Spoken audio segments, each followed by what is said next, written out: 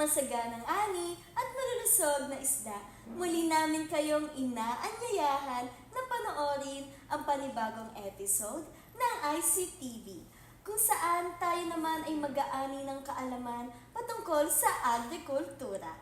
Ang PSAU Knowledge Management Office ay nagsaliksik muli ng mga topics na magbibigay kaalaman at magdudulot ng solusyon sa agrikultura.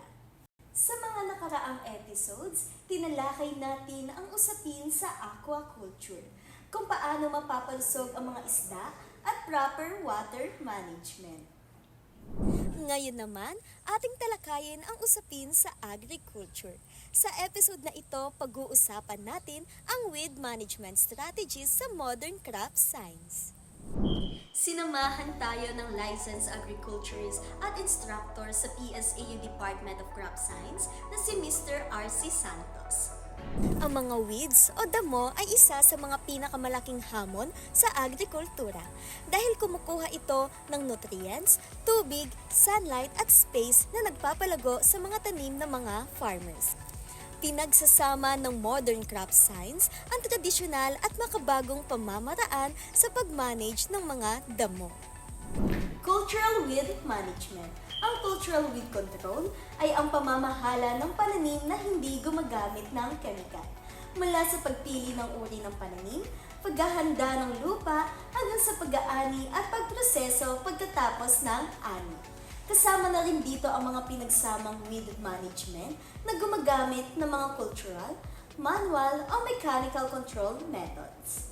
Ang mga sumusunod ay ilan sa halimbawa nito. Cover cropping, ang pagtatanim ng mga panakip na pananim tulad ng legumes at clover ay nagpapahina sa paglago ng damo sa pamamagitan ng pagbawas ng space at nutrients na magagamit nito. Optimal plant spacing, ang pagsisiguro ng tamang kapal ng tanim ay nakakapigil sa paglaki ng damo. Ang susunod na pamamaraan naman ay ang mechanical weed control. Ang mechanical weed control ay ang paggamit ng mga machines na hinihila ng traktora upang putulin o bunutin ang maliliit na damo. Kabilang din dito ang pagkapas, pagbubungkal gamit ng asarol o mano-manong pagbubunot. Kabilang sa mechanical weed control ang maraming pamamaraan ng mechanical weed control. Una dyan yung tillage. Aararo ng lupa gamit ang mga farm implements o yung mga ina-attach sa likod ng traktora. Nandyan yung disc plow tsaka pang harrow. So ang ginagawa nun ay binubunot niya yung mga ugat ng mga damo, pinuputol, sinisred na ikinamamatay ng mga damo. Hand weeding o mano-mano o paggamit ng mga hand tools tulad ng kalaykay at mga grab hoe. So applicable yan sa mga small scale na farm. Plastic mulch o mga organic mulch.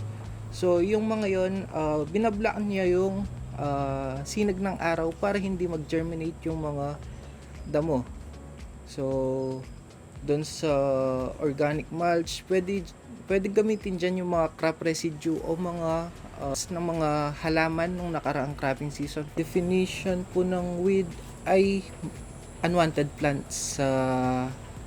For example, may cash crops ka, for example, gulay. Ang tanim mo ay talong. And then may tumubong sili o kaya kamatis. Ibig sabihin, mako-consider na weeds yung sili tsaka kamatis kasi mga unwanted plants sila.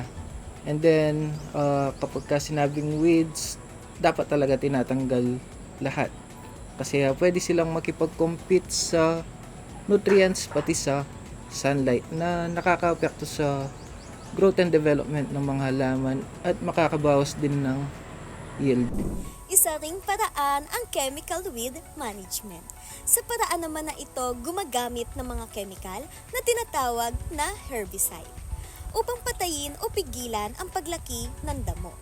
Pre-emergence herbicides, inilalagay bago pa tumubo ang damo.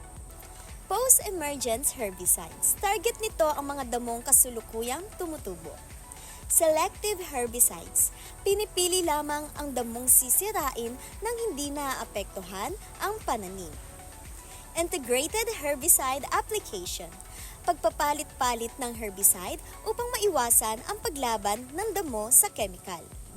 Ang mga damo ay nagdudulot ng 10 to 60% na pagkasira o pagkawala ng mga ani ng mga magsasaka.